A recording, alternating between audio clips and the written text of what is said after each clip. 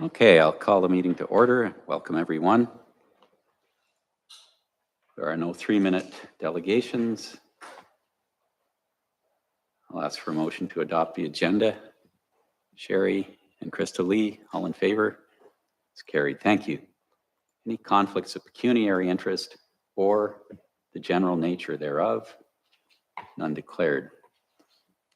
Can I get a motion to accept and adopt the minutes from our meeting of June 17th?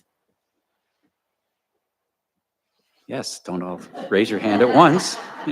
Wanda and Doug, any concerns or questions or comments about those minutes? None? All in favor? That's carried. Thank you. And a motion to adopt the minutes of our public meeting of the same date. Wendy and Sherry, any discussion from those minutes? Well, I have a couple of things to say about the public meeting. It was certainly well attended, which was good to see. It was our second one on that subject. In the first one, I think we engaged a little more with the presenters, but me in particular, I got a little pushback from the manner of my engagement. I was told that I was rude, and I may have been a couple of times. So on the 17th, I decided I was just going to go into listening mode, and I've just been received a complaint in a letter that I wasn't responding enough. So somehow I've got to find the middle way here, I guess, to keep everybody happy. There's been a couple of letters back and forth about the tone of the meeting. I think the first one was a little more contentious, and the second one was a little more civil. But there were still, I would say, direct attacks on certain individuals, particularly individuals who had acted in the past.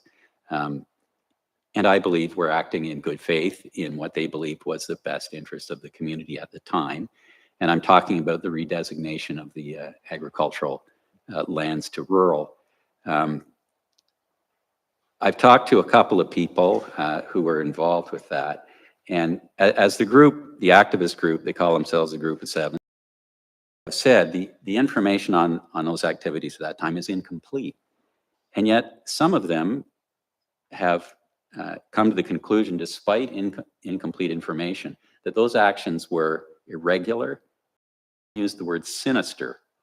And I shouldn't have let that go. That's completely unfair. Now, people have a right to say what they wish in a public meeting, but they don't have a right to approach a slanderous level of comment like that. So I blame myself for not jumping on that, and I apologize to the individuals who have been accused of that. They know who they are. I'm not going to name names because I think that's the other inappropriate thing that's been happening at some of these meetings. We should be referring to people, certainly people who aren't present, and to staff by position, if we have to refer to them at all, and use respectful language. So I hope going forward that the tone will improve. And I'm heartened to hear that a meeting between some members of the group and our CAO and our planner a week ago went well, and that some practical understandings were achieved going forward. I think it's important with this issue that each side, if we can talk about sides, and there are more than 2 points of view here, understands what the other side or sides are proposing. And it was also clear that evening that some members of the group of 7 did not know what the township was proposing. The question, would the Robinson Road property, and I'm not going to refer to it by the former farmer owner's name, it is now the Robinson Road property, if the development that went ahead there, which was legitimate under the current rules, would still go ahead under what Planner Sands and Arcadis are proposing in terms of limited severances on agricultural land. And they seemed to be expecting the answer would be yes. And when the answer was no, they were taken aback, which tells me that they have not really seriously looked at what's being proposed here. I hope that staff and council are looking seriously at what the group is proposing. My understanding of their proposal is that previous designations of prime ag were illegitimately changed to rural, and therefore the current zoning for what was previously prime ag is not valid, and that we can very quickly simply revert to the old prime ag designation and shut down any development on those lands. My understanding from planning advice is that it isn't that simple. Regardless of the means and the methods of achieving that rezoning designation, it was accepted by the province. That means the Ministry of Ag and Food, Municipal Affairs and Housing, the county, and all other relevant agencies said, yes, you can zone those lands rural, and therefore that's a legal change. To affect a change of a legal change, you have to go through an official plan amendment process, a zoning bylaw amendment process, and we've embarked on that by asking the county if they would participate in the Lear study and the other things that we've done. So I think in a nutshell, the positions are fairly simple. If there is something that that council hasn't understood about the position of the activist group, I'm going to be reaching out to them yet again to make sure that I've got it right and that we're both operating from an understanding of each other's position. I will say one more thing. I'm hearing from more and more farmers who want to maintain farmland. We're all on the same page there. We want productive farmland in our township, in our province, and around the world because farmland is under threat from climate change, from urban development, from overgrazing, from the myriad of pressures that are put on nature and agriculture everywhere. It's simply, how do we do it? And we're trying something new here in this township that members of the OFA executive, when they were talking to our planner, said hasn't been tried anywhere else in the province. And that's this new rural agricultural designation that will allow limited development and maintain most of the land in farming. That's exactly what I heard from a farmer down the road today in a letter that he wrote to the township. Our lands are quite varied, waist deep in red cedar now, which I thought was a very colorful way to express it, if he hadn't carved them off for building lots because they weren't farmable. So that's all I'll say on the topic. We await the next step, which is to see if Loyalist and Napanee councils are willing to join with Stone Mills. Addington Highlands won't be involved in embarking on that Lear study and take it from there. And I'm sure we'll be hearing more from our planning staff on the issue. So with that, Doug, go ahead. Yeah, John, I'd just like to make a few comments also on it. I've been sitting listening very quietly to what it was because I didn't want to get into arguments with people. I wanted to understand what they had to say. But it's become quite apparent to me that, as you just so eloquently articulated, some of the people didn't understand the past. Prime Ag, and I had conversation with two of the group of 7 outside the meeting after the last meeting, and it was very clear they didn't understand the past. They kept referring to Stone Mills Township. Stone Mills Township, why didn't you do Stone Mills Township? Prime Ag had nothing to do with Stone Mills Township as a whole. It only had to do with the previous township of Camden East and the ward of Camden East ward. Newburgh and Sheffield were never had prime ag designations. They were all rural to start with. If you were on council back in Camden days or in the early days of Stone Mills, you would have known that every person you talked to that had a prime ag designation on their property, and it turned out every person but one wanted it off their property. Because you couldn't do anything with your property. You couldn't sever red cedar. You couldn't sever a rock pile. A retiring farmer couldn't even have a retirement lot on his own farm. It was way too restrictive. What we're trying to do here in the future, I think, is a step in the right direction. And I think people need to get on board with what's going forward, not what happened in the past, because what happened in the past was done with the best intentions to protect the ratepayers of the municipality. Now, I just wonder if we shouldn't be taking another step further here I don't want to see any more of this, what I will call slanderous or libelous language that we've seen here. I'm a little bit ashamed of myself for allowing it to go on and not saying anything. And I applaud the people that have said something already about it. There was comments made like sleight of hand and funny business. They're so close to being libelous, it isn't funny. And I just wonder if we should have our lawyer have a cease and desist order to that language. And I'll listen to anybody else who's got something to say. Yeah, Brandy, go ahead. The June 17th minutes were not the public meeting about the ag land, those were June 24th, which are. Oh, I'm sorry. No, that's right. okay, so if you want to leave comments, other members' privilege. Yeah. announcements. Yeah, we'll put that. Yeah, I was mistaken. The public meeting of June 17th wasn't the Ag Lands meeting. That was the zoning bylaw amendments. We don't have minutes from the public meeting. Yeah, so any of these comments are simply relevant to the June 24th meeting. Sherry, go ahead, and then you went it. I was just going to suggest if Doug was going to make that a motion, I would second it about getting advice. Okay. Any further discussion, Brandy? Just procedural, we have to adopt the minutes. Yes. So if we can close that off and then maybe do that motion under new business arising. Yeah, we'll wait till. So just a sec, Wendy, we've got a motion on the floor simply to receive the June 17th zoning bylaw. And we already have mover and second for that. Can I get an approval of that? All in favor?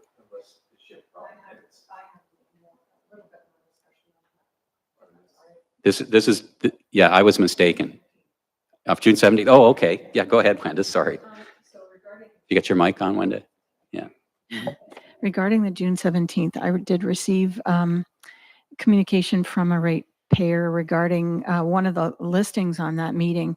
And she was unaware that there was going to be a public meeting. And so we discussed, the ways in which she should have been aware. One was to get the beaver, but the beaver is no longer distributed. So unless you actually buy it, it's not coming to your door for free like it once was.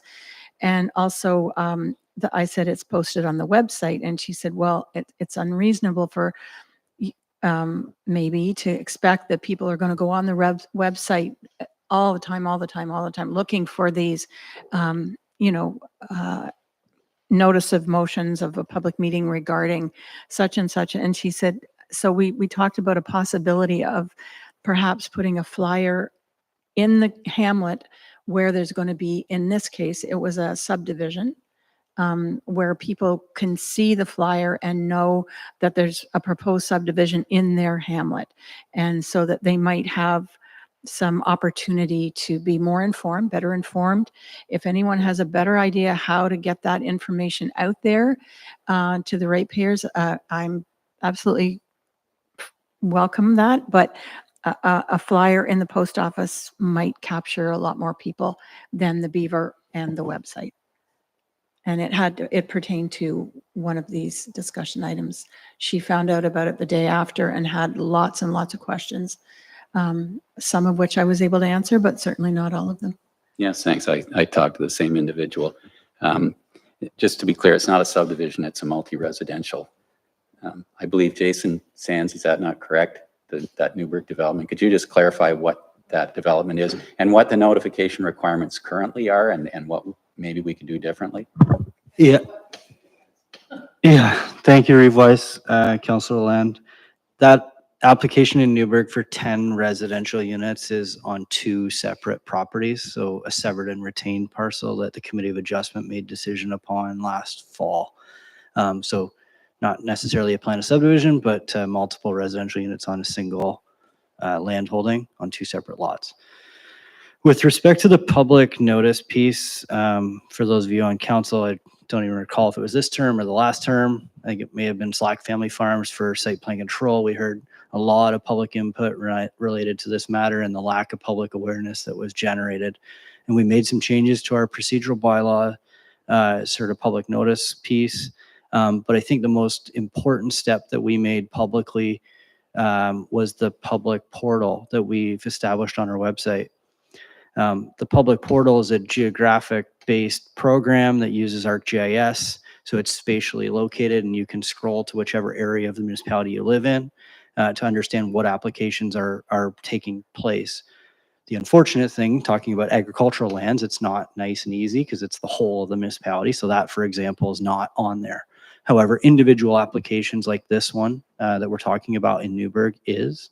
And there's also an ability to sign up for automatic notifications. So anytime a new application gets uploaded to the system, an email is generated and provides that notice to a ratepayer or anybody who's signed up for the notification piece to ensure that they're not missing.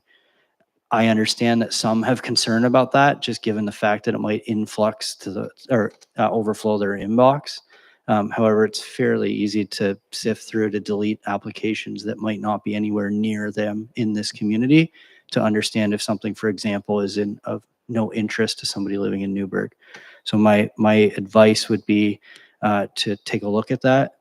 We at planning staff have the ability to walk anybody through the system if they're unfamiliar with it here at the office.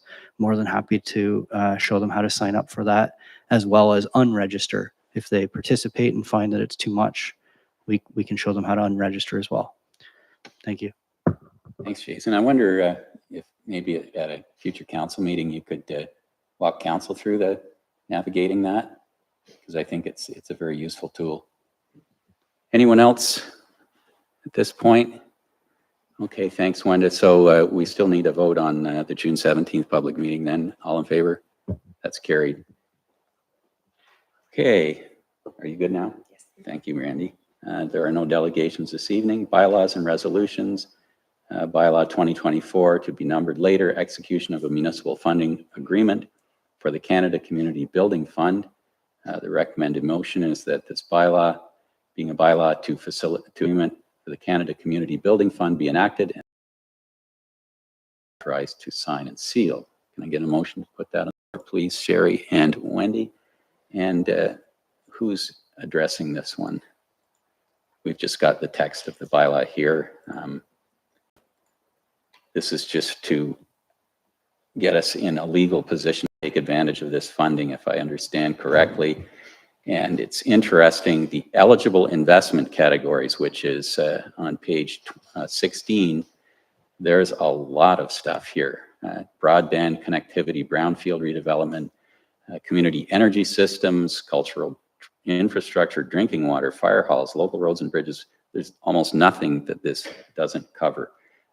What the funding terms are, I could not quite discern, but I'm wondering, Jake, will you be, or Anita, will you be addressing this? Or is there anything we're going to be applying for, or can you give us a little detail on where we're at?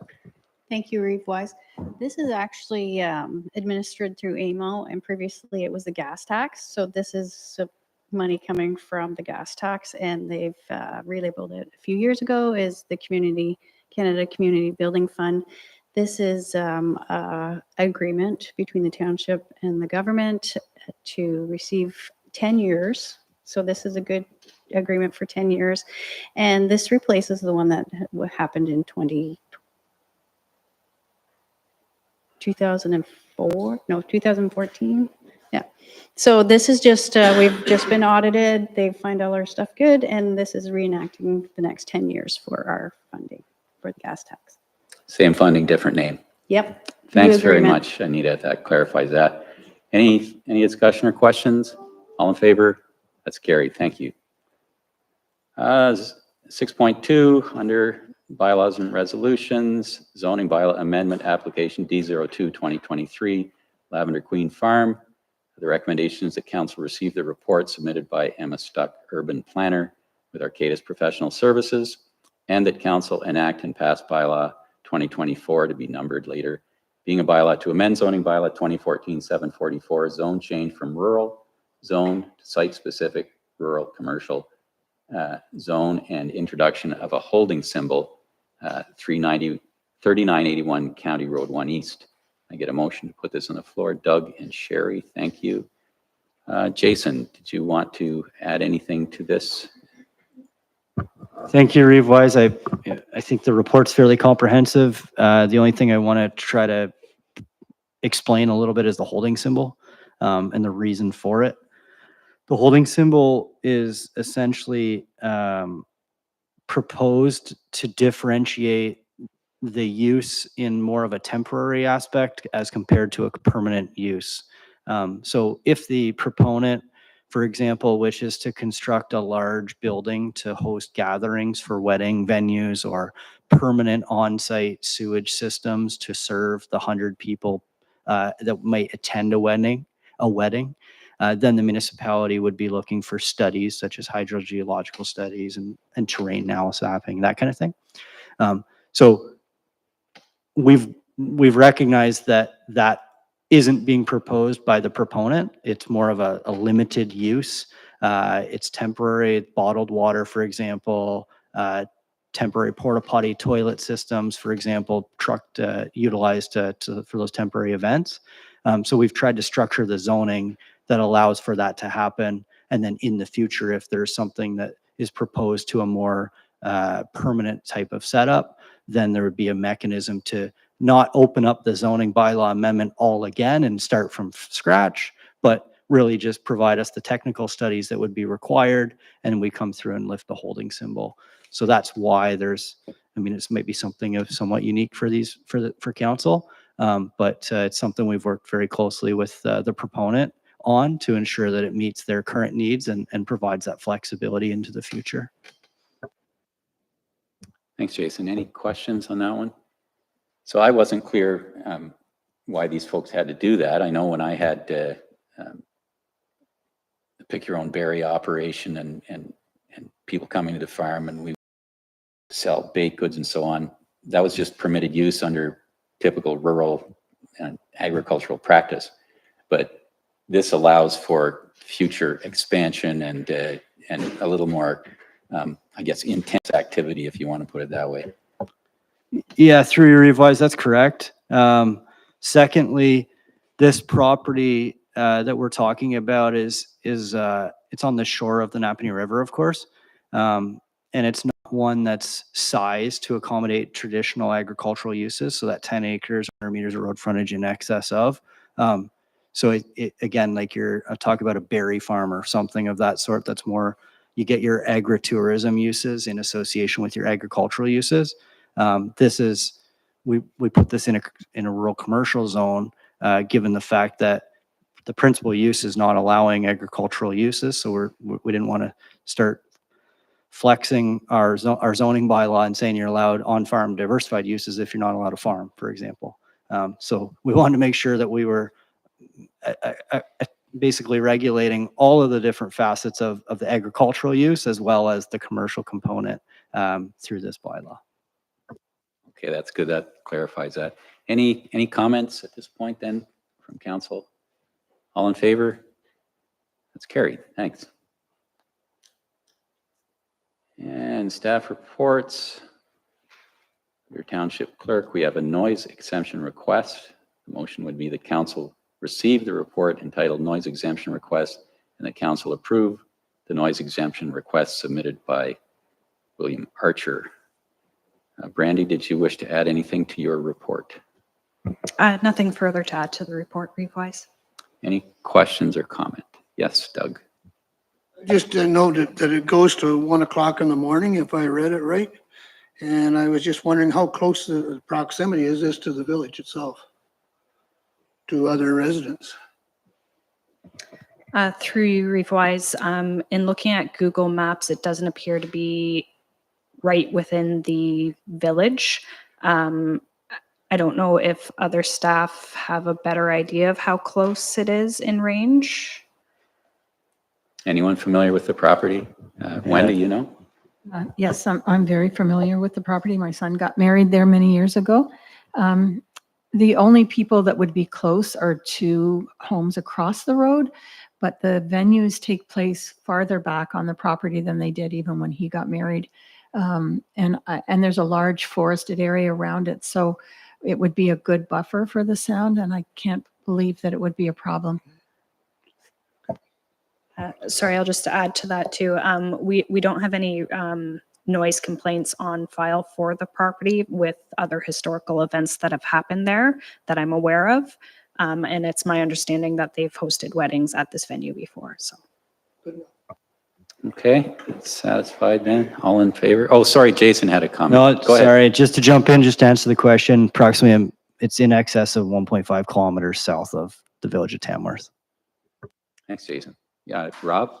Just a quick thing. I want to thank these folks for taking the effort of doing this part, because there's a lot of people who just drive on and beg forgiveness after. It's nice to see somebody taking responsibility and actually approaching it through the proper protocol. So thank you for that.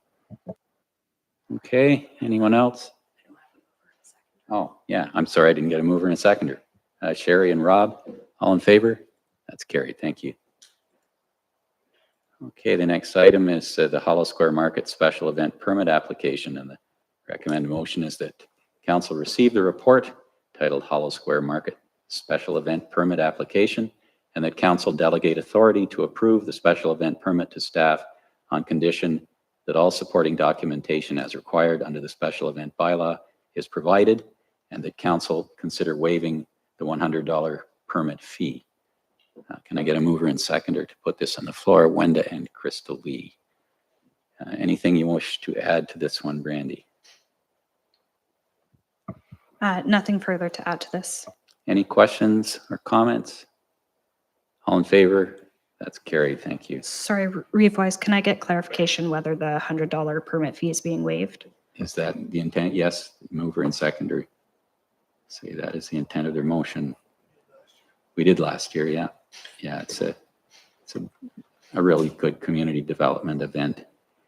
And finally, our powerboat races that we've been having for years, the Ottawa Valley Powerboat Club special permit application.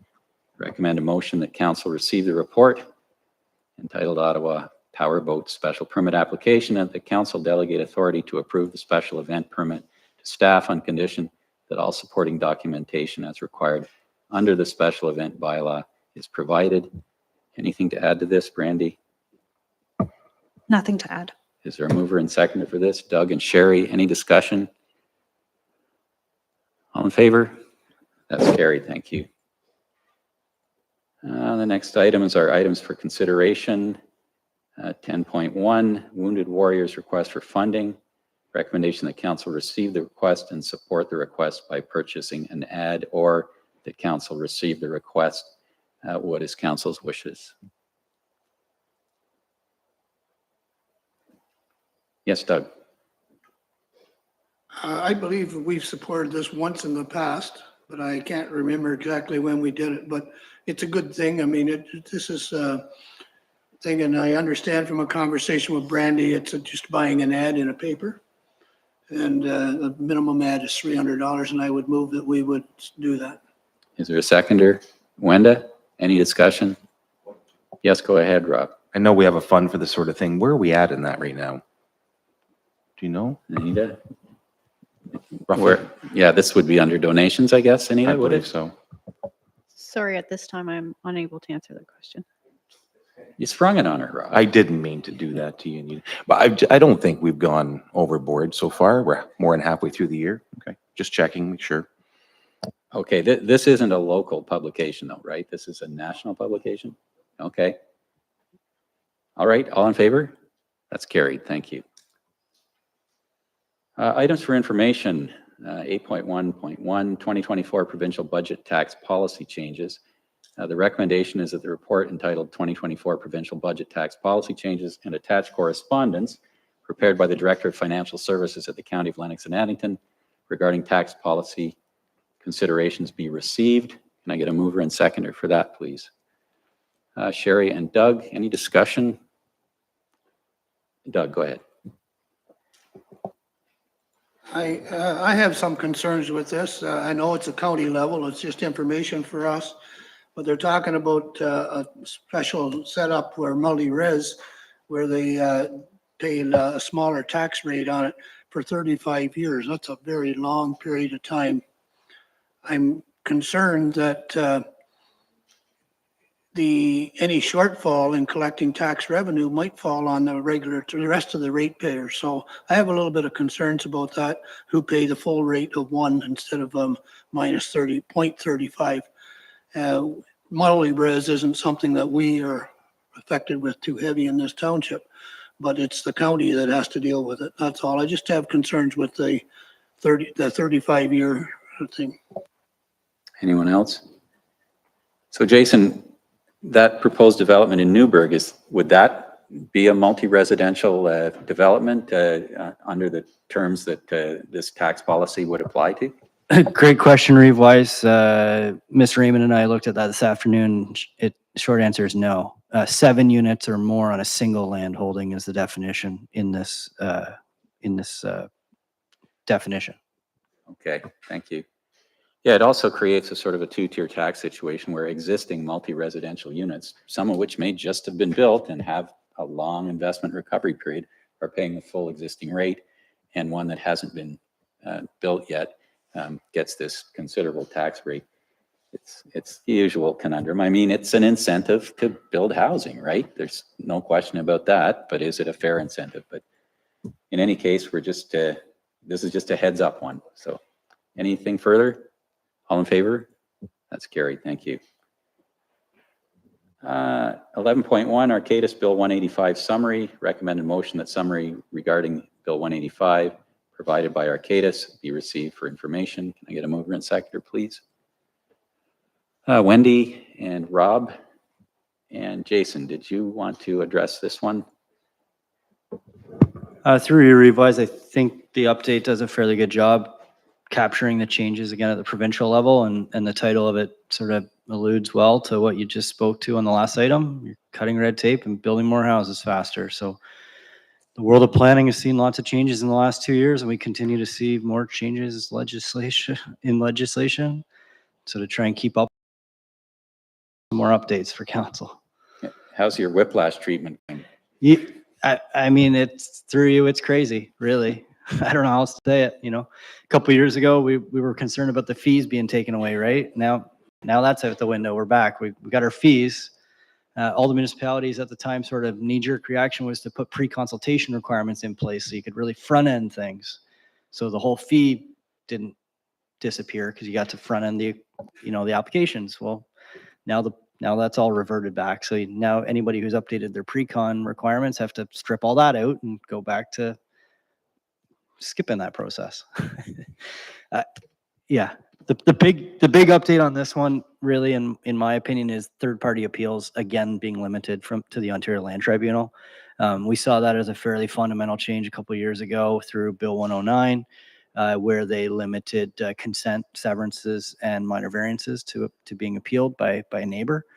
It's now extending across to zoning bylaw amendments, and draft plan of subdivision was already included, but really you're limiting who can appeal a decision. So for example, we'll use tonight's example because council just passed a bylaw for a lavender farm, agritourism type uses. If there was a disgruntled neighbor, they don't have the appeal rights anymore to the Ontario Land Tribunal for that, where before Bill 185 they did. So there's some changes that are of note for sure. Anyone else? I saw you move. I'm just trying to think of, because I did some reading on this and I'm just like, can I articulate it in the moment? I'm not Right. prepared.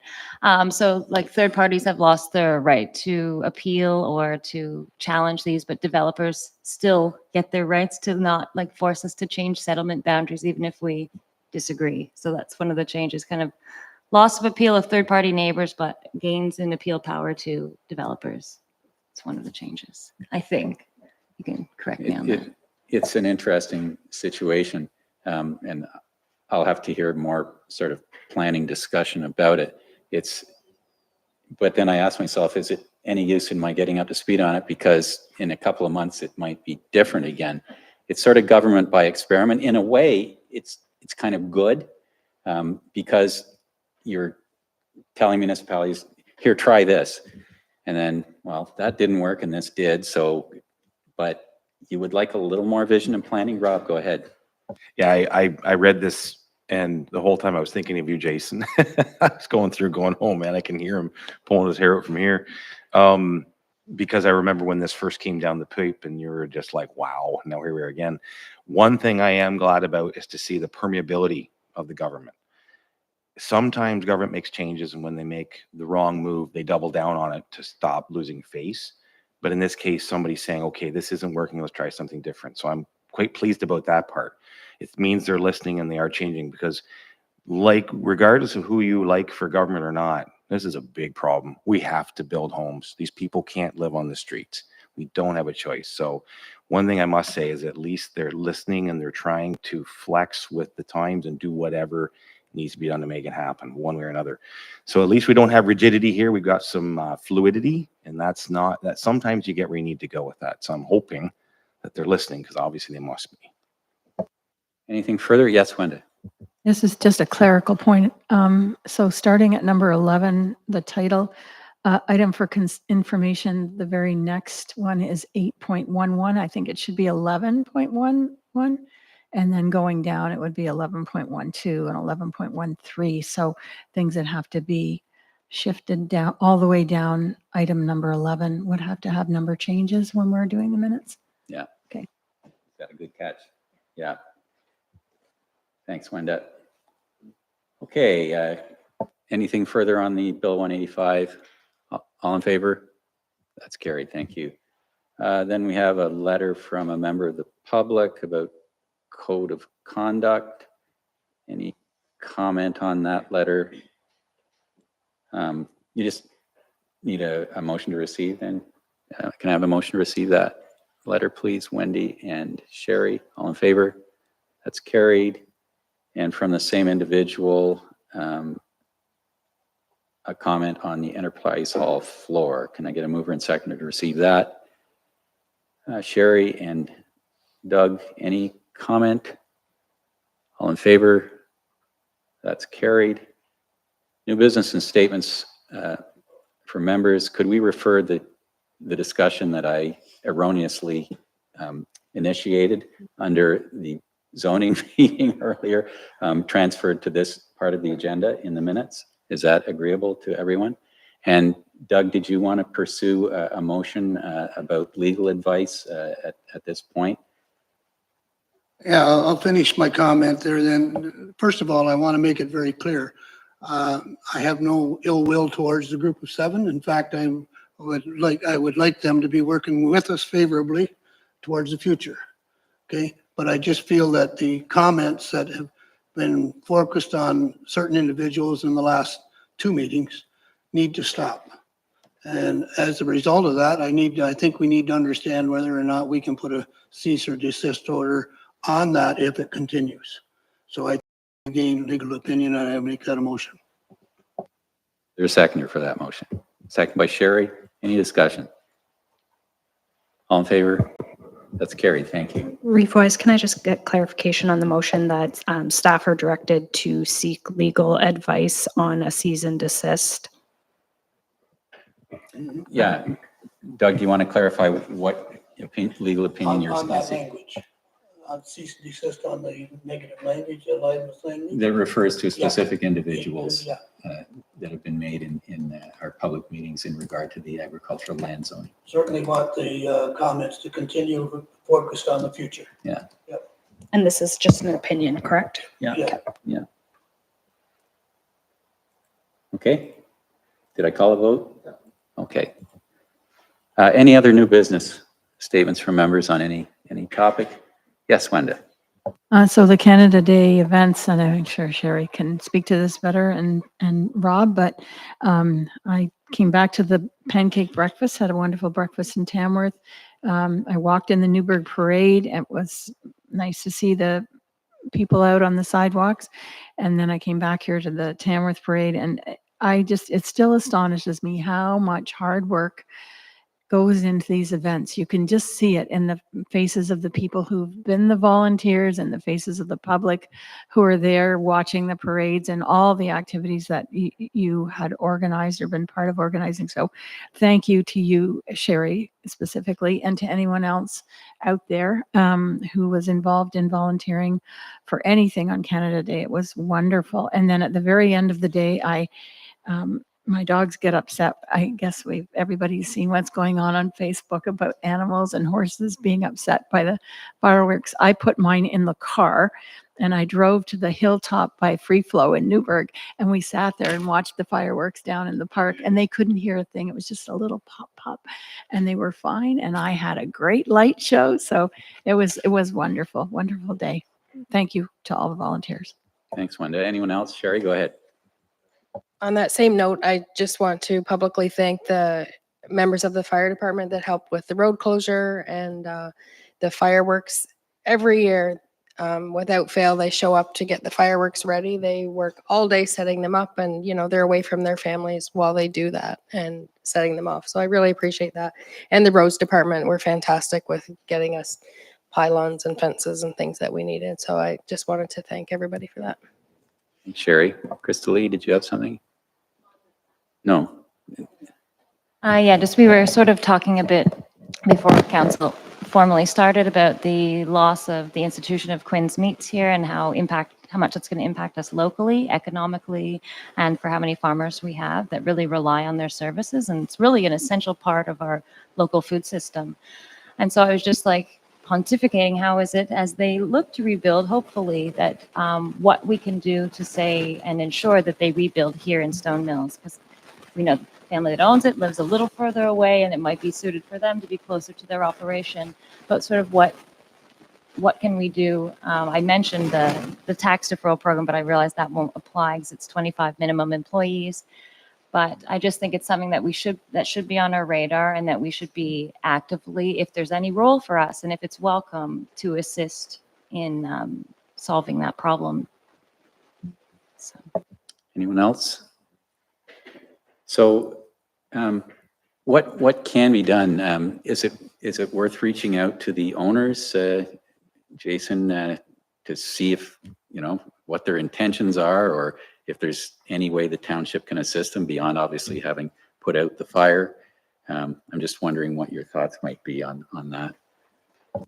Through your revise, it's probably very early in the process to, I guess, be inserting ourselves into the investigation and then the insurance settlement process. But there may be a time that it would be appropriate to reach out and see how things are progressing with them and get some feedback on their plans. And we could potentially bring some of that information back here. Okay, so let's just see how things develop. There's an active investigation. Obviously, they aren't going to rebuild anywhere tomorrow, so we'll just keep that sort of at the top of our list of considerations, and within a reasonably short time, we could at least say, or right now, could we not send them a letter of expressing our sympathy and our concern for both the owners and the employees and the customers for the loss? Would that be appropriate? And sort of if there's anything we can do, kind of thing, to assist you at this time, please let us know. Yes, Rob. Because they're deeply involved in the industry, obviously, and it's a very limited supply in the county. If correct me if I'm wrong, are they not the only one in the county? And now they don't exist right now. So they may have some information as to alternatives for our local farmers.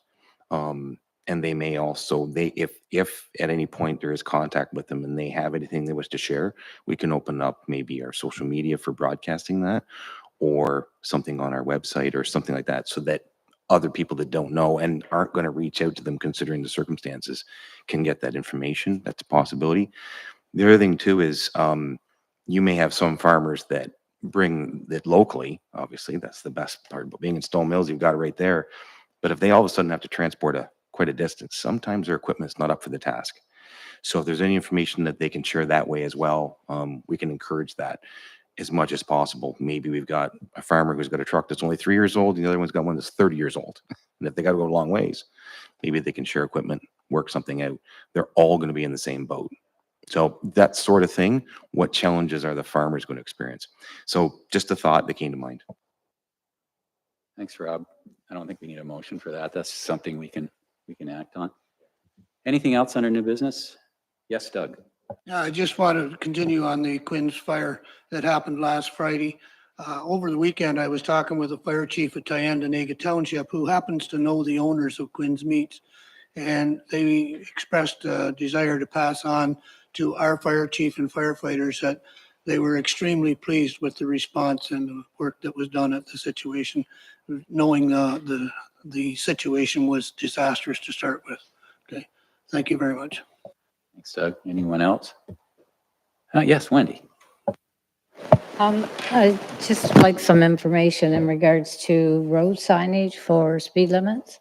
I know there's a lot of back roads that don't have any signage unless there's a real sharp turn. And I know there's a lot of people out walking now. So when you come up even Highway 15, it's well signed, but then you go Cedar Stone Road and there's always people walking with their dogs. And as far as I think, it's supposed to be around 80 kilometers, which is pretty narrow for that road. And I know there's, I believe it's Neville Point Road. They don't have any signage on that road and everybody walks with dogs there. So I just wasn't sure if that's something we do or is that a county thing, or maybe you can enlighten me how we get signage. Yeah, I guess that's a roads department question, and we don't have anyone from roads here this evening, but that question can be passed on then, Jason, to roads department and get Councillor McDonald an answer. Yeah, thank you. Anything further? Yes, Doug. Along the same vein, I'm wondering if we could get the roads department to set the traffic counters up on Crowbrook Road. Since the county set up the new speed limit signs on County Road 6 north between Crowbrook and Yarker, the ratepayers seem to think that they've seen an increase in traffic on the Crowbrook Road. So I just wonder if we could compare that data with previous data on that. Okay. Anything further? Yes, Brandy. Reeve-wise, if that direction's being provided to staff, if we could get it in a motion to be reflected in the minutes. Doug's moving that. Can I get a I'll seconder? move it. Sherry, all in favor? That's carried. Thanks. Thank you, Randy.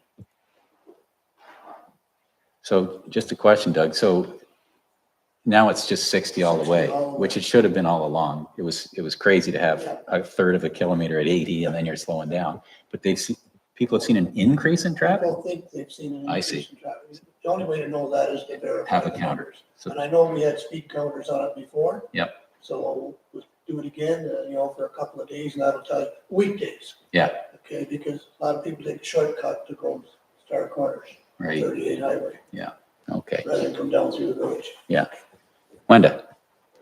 Brandy, through you, John, do you need a motion then for Wendy's question about Neville Point Road and Cedar Stone Road speeding signage? Through you, Reeve-wise, yes, if there's direction coming out of that, should be through motion. I understood the discussion that because there was no staff from Public Works, that maybe it would be brought up at a future meeting. Is that the case? Do you want a formal report then, Wendy?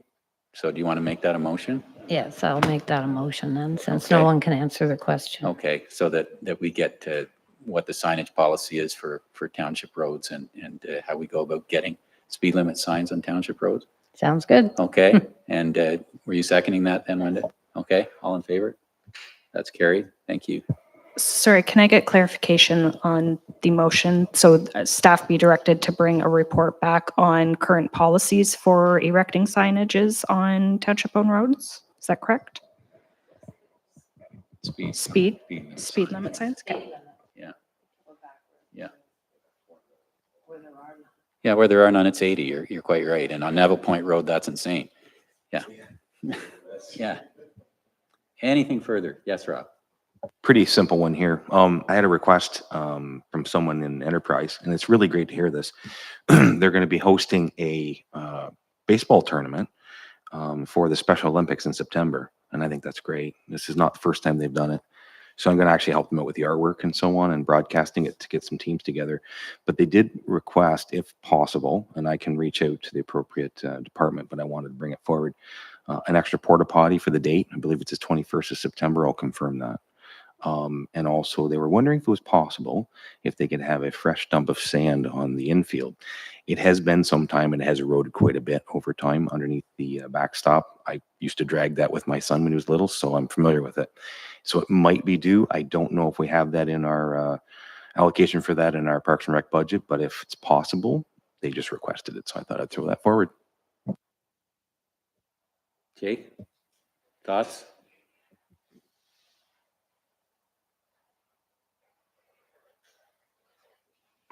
Yes, through your worship, that shouldn't be a problem.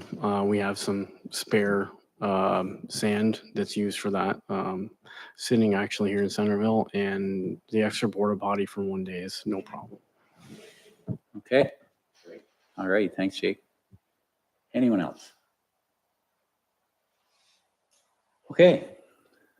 We have a confirming bylaw. Can I get a motion?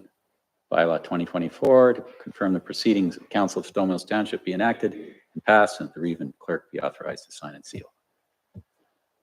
Krista Lee and Sherry, all in favor? That's carried. Motion to adjourn. Wenda and Wendy, all in favor? That's carried. Thanks very much, everyone.